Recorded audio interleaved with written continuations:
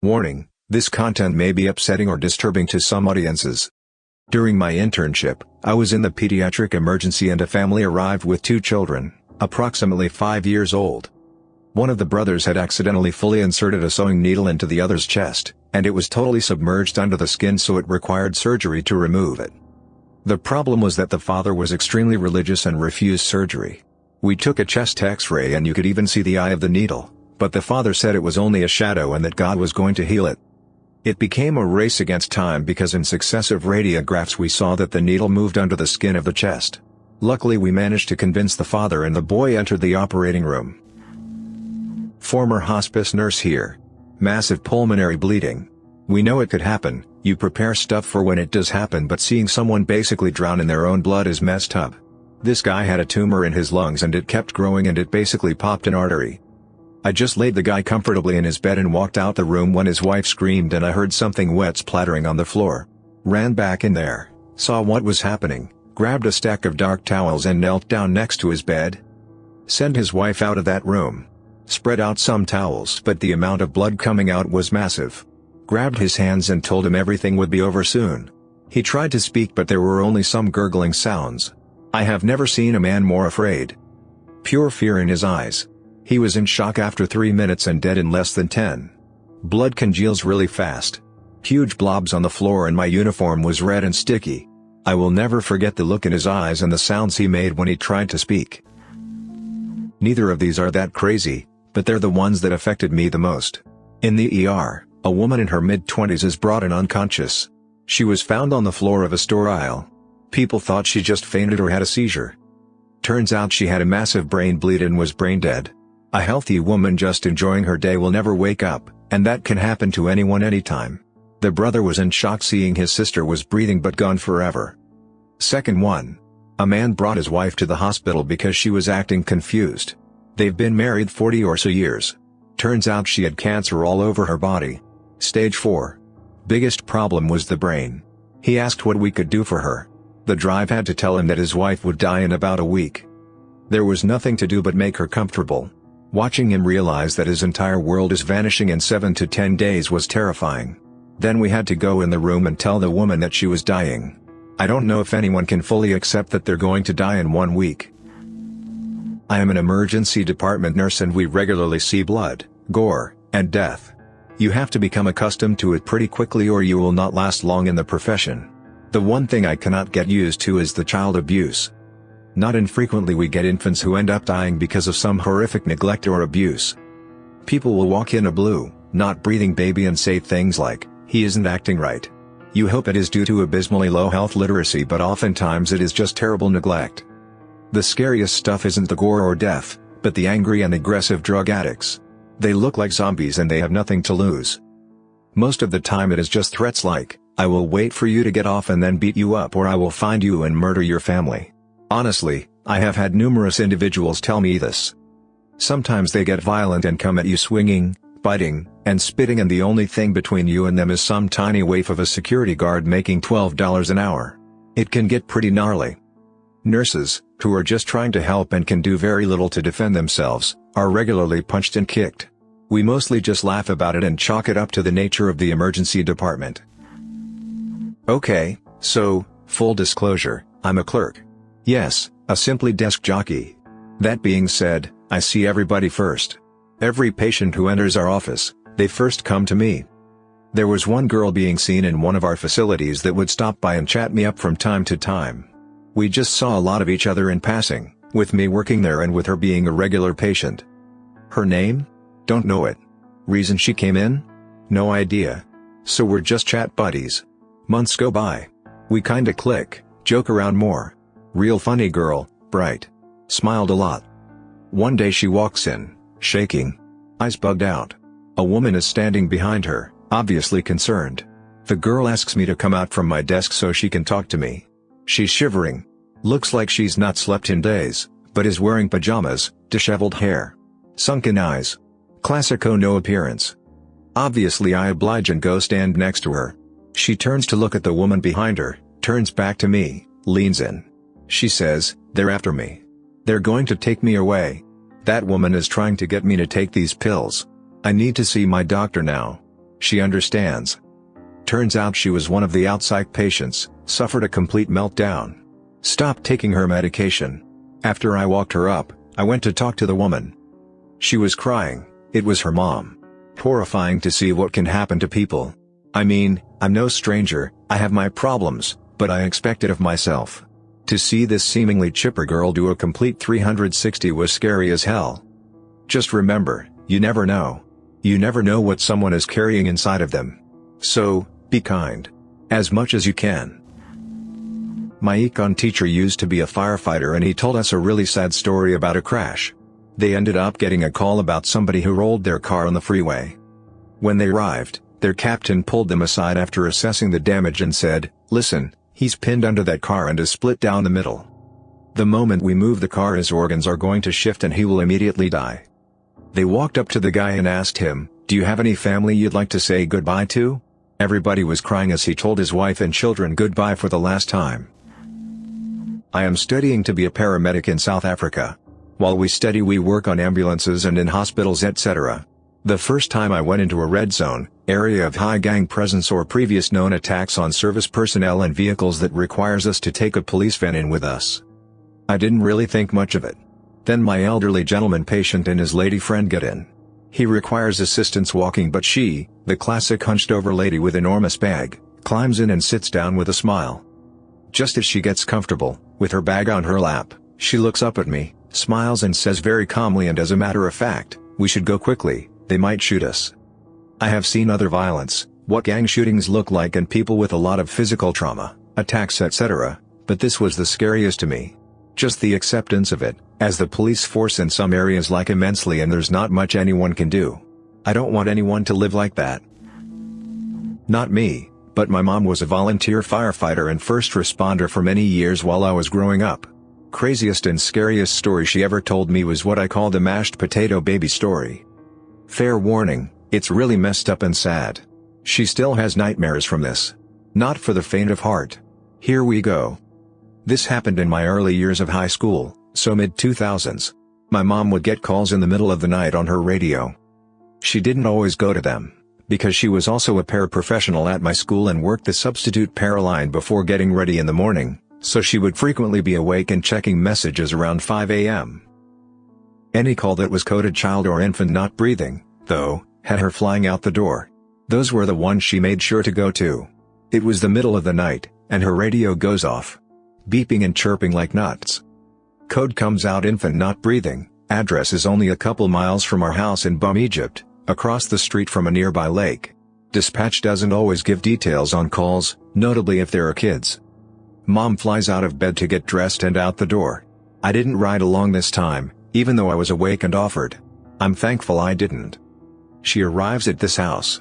I remember passing it on the school bus and wondering who lived there, because it had a really cool, handmade gate with old wheel spokes, really old metal ones that looked like wagon wheels. It also had a metal chain link fence about 6 feet tall, and a guard dog. Everybody is standing at the gate. This dog is growing and barking and very clearly not happy with visitors. Mom is getting agitated because nobody would move, and hears this call about a baby, and finally she volunteers to go over the fence. The sheriff runs over to the neighbors, manages to get someone awake and get a piece of meat, comes back, and throws it over the fence in another part of the yard to distract it. All 5 feet 3 inches of my mother scales this fence and books it like mad to the house with the deputy behind her to keep her safe. There was blood everywhere. On the walls, on the floor, on the man in the middle of the room, on a small bundle of blankets by his feet. Deputy took care of the man. I don't rightfully know how, Mom doesn't remember. She says she had hyper-focus on that bundle. Mom dropped at the blanket and slowly pulled it away. Legit, if you get squeamish or whatever, stop now. I'm gonna tell you what happened in the house leading up to the call. A young couple was renting the house. They had just had a baby together. They were also cooking meth there. The mother had run to Walmart in town to get supplies, and left the father home with the baby. The baby started crying, as they do. The dad was strung out as fuck and was getting angrier and angrier at this little newborn baby crying and couldn't shut it up. He grabbed it by the feet, and whipped it against the wall. Multiple times. Bits of brain matter and barely formed bone was splattered everywhere. The mom got back and found the scene. She made the call, then hid upstairs. Mom describes picking up what was left of this infant as handling a water balloon filled with mashed potatoes. She went into autopilot and started CPR, so far in shock she forgot the plastic barrier. There was no coming back from that, she knew this, but she would be damned if she didn't try. Her chief had to pull her off after about 20 minutes because she was just crying. Parents were charged with child abuse, and I think manslaughter? I'm not 100% on that. Mom had to get a HEP shot because she didn't use that barrier. Everyone involved had mandatory mental health screening for a while. She had terrible nightmares for a long time. Like I said, she still gets them, though they're very infrequent now. The idea of getting that upset at a crying baby has me terrified of getting frustrated with my own kids today. Just, for the love of God, if you ever get that angry or overwhelmed and you aren't on drugs, put your child down and walk away for a few minutes. It's okay to let them cry, you need to calm down first. A coworker and I were getting a patient washed up, and as we were turning him to the side he said he felt funny, and then in the next second liters and liters of blood started gushing out of his mouth and nose. I screamed for help, slammed on the code button and started compressions. He went pulseless. In minutes the room was completely filled with staff, and I remember as I was doing each compression, more blood would leak from his nose, mouth, eyes and ears. His mom and fiancé were in the background pleading with the staff to help him, but we couldn't do anything. He had cancer and the disease had infiltrated his vascular system. All I remember is the blood everywhere, the cracking I felt with each compression and his family wailing when the physicians called it. It was my first code and I'll never forget it. Watched someone die in front of me while having dialysis. The patient started out looking super uncomfortable, and within 34 minutes of CPR, an ICU consult team, the renal team, the cardio team, lots of drugs and fluids, 3 defibrillations, the patient was dead. It was surreal to see it happen right in front of me, but I am so glad it did because it gave me an understanding of how things can go wrong so quickly and brought the understanding you cannot save everyone. I was in the emergency department when suddenly this ambulance brought in a patient with a huge white cloth with bloodstains on it, big oh no sign going up in my head. Later to reveal a broken finger with blood spurting out from the artery just hanging on by a piece of skin, think nearly headless Nick from Harry Potter. Not only did we manage to secure the bleeding, the surgeon did such a great job at repairing the finger, the only aftermath from this was a scar. He regained full function of the finger, sensation and motoric function both. One of the worst things I've seen as a medical student. A patient was having essentially last resort surgery on a tumor, 50-50 chance of making it. We have a special OR that is huge that they put these kind of cases in. I don't know exactly what happened, but the patient started bleeding and they couldn't get it stopped. They called me, because I was the gopher, and essentially said, get everything, which meant, clear the blood bank of all the compatible blood, plasma, and platelets and get here now. Here I am running through a surgical suite with essentially someone's life in my hands, dropping things along the way that other people start running with me grabbing said items. I get in the OR, drop everything off and see they are now on chest compressions. There was blood all over the walls and floor. I witnessed a patient die that day. I was pretty scarred from that and I never went in that OR again. The CRNA was absolutely destroyed over it and he left shortly after, even though it wasn't his fault. It was just a bad situation in that patient's time. I was a brand new paramedic, had been out of medic school for a month and just finished a couple of field training shifts and was set free on my own with a brand new EMT partner. We get called around 8 a.m. for a pediatric cardiac arrest. It was my first pediatric code and my partner's first code ever. We show up on scene and find an unresponsive 6-week-old baby, not breathing and pulseless. Family states the baby was crying a bunch last night and they haven't been getting much sleep. Mom and dad smoked some weed and put baby in between them in bed. Sometime during the night the baby got wrapped up in the blankets and suffocated. They woke up the next morning and found him dead. Family is going crazy and it's hard to show up and not do anything even if you know there's nothing that is going to change the outcome. So I start CPR and ask my partner to start getting stuff we need. He is just standing there frozen staring at this kid because he has a child around the same age. I use an IO in the tibia for vascular access and the kid is so small it drills through the backside and is useless. We end up coding the kid for 20 minutes and field terminate. Deliver the news to mom, who is unable to say anything but scream. Dad takes off running down the street screaming and collapses 2 blocks later crying. I don't exactly remember when this one happened. I want to say it was later in my high school career, so maybe 2006 to 2007? I think this one was in the summer. Mom was up playing Spider Solitaire on the computer when her radio went off. She was having trouble sleeping, and went out to the porch to have a cigarette and play her game. Code was infant not breathing.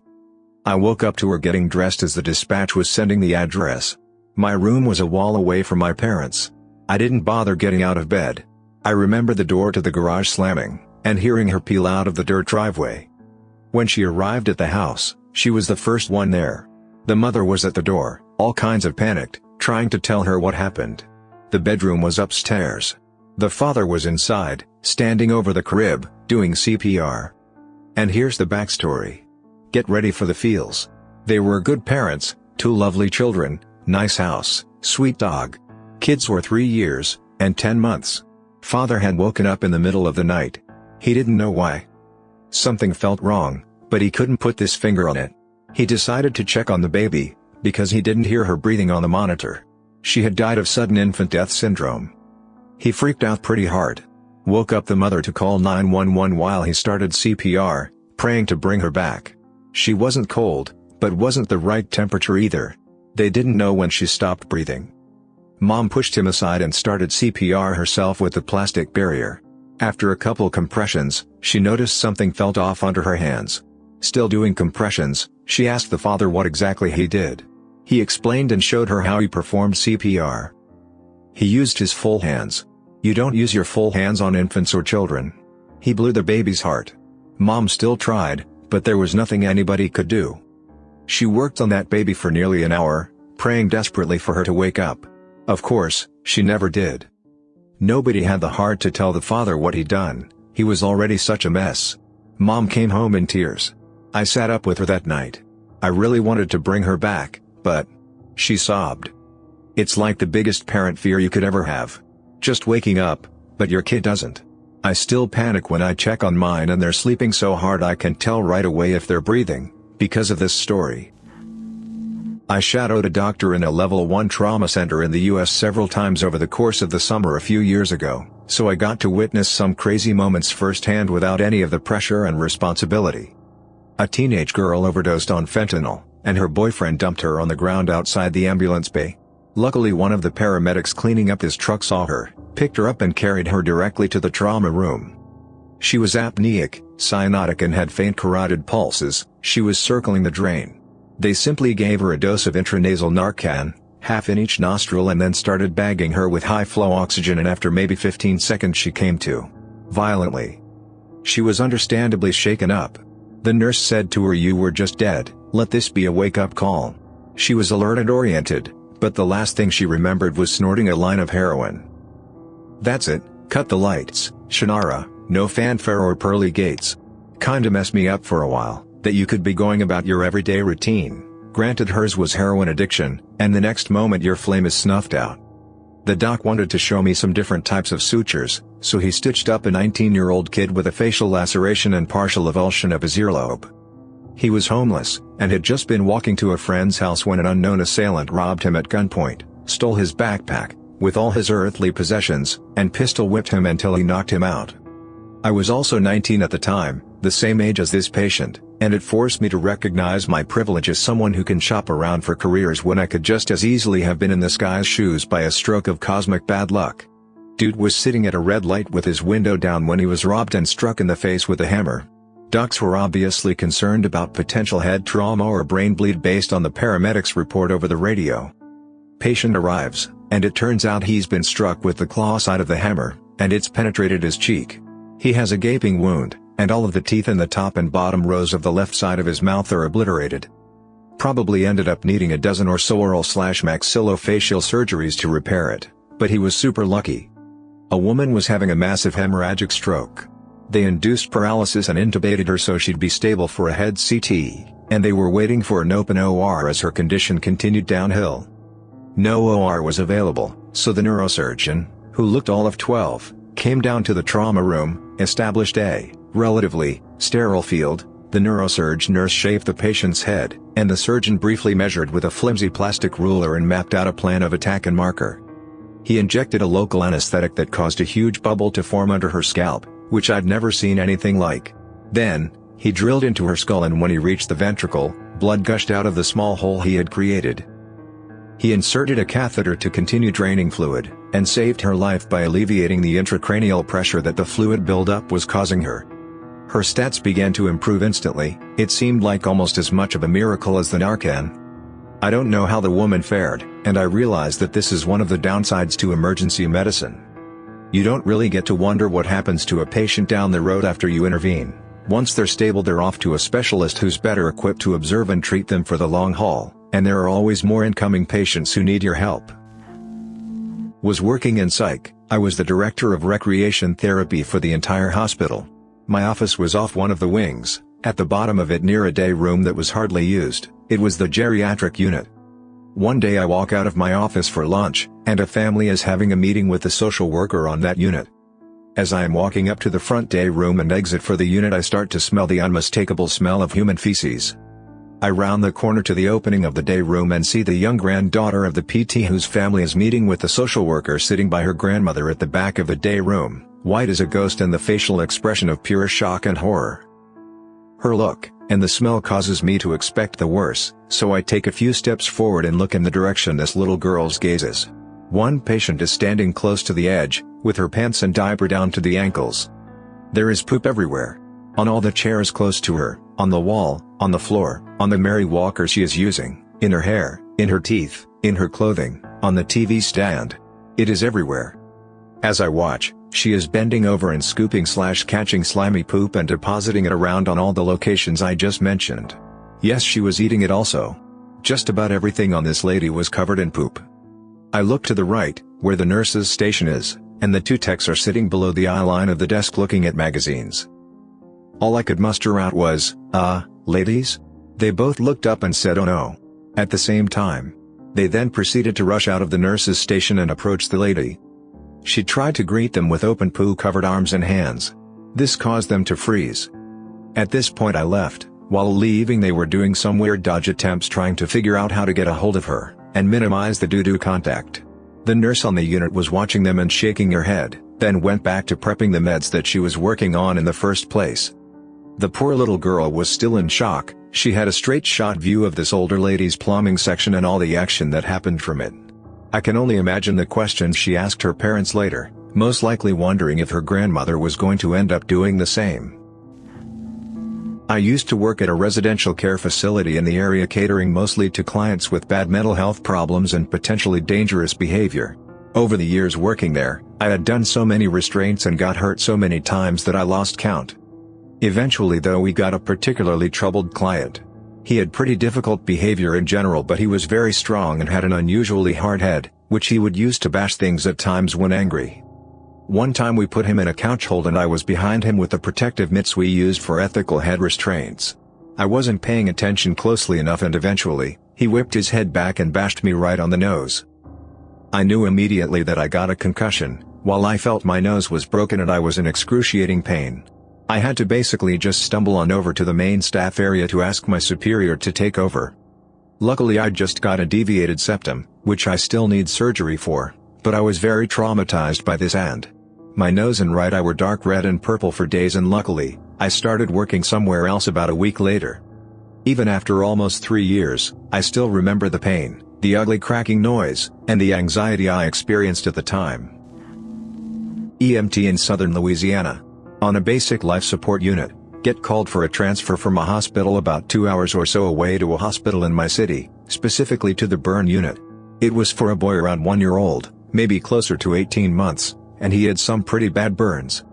He was mixed, half black, half white. Mom was his white half. Well, mom and boyfriend broke up and she got a new boyfriend. They dabbled in the drugs, and while high on meth, they decided to wash the black color off the boy. So they filled a tub with bleach and soaked him in it. If he cried, they hit him in the face. He had bruises on his face from being punched, his butt, genitalia, anus, and the bottom of his thighs. His burns were so severe that he had to be transferred to our burn unit because no other hospital close to him could handle it. It was the worst thing I've ever seen in 2 years of EMS, not that it's a long time relative to some, but it just showed me how messed up some people can be.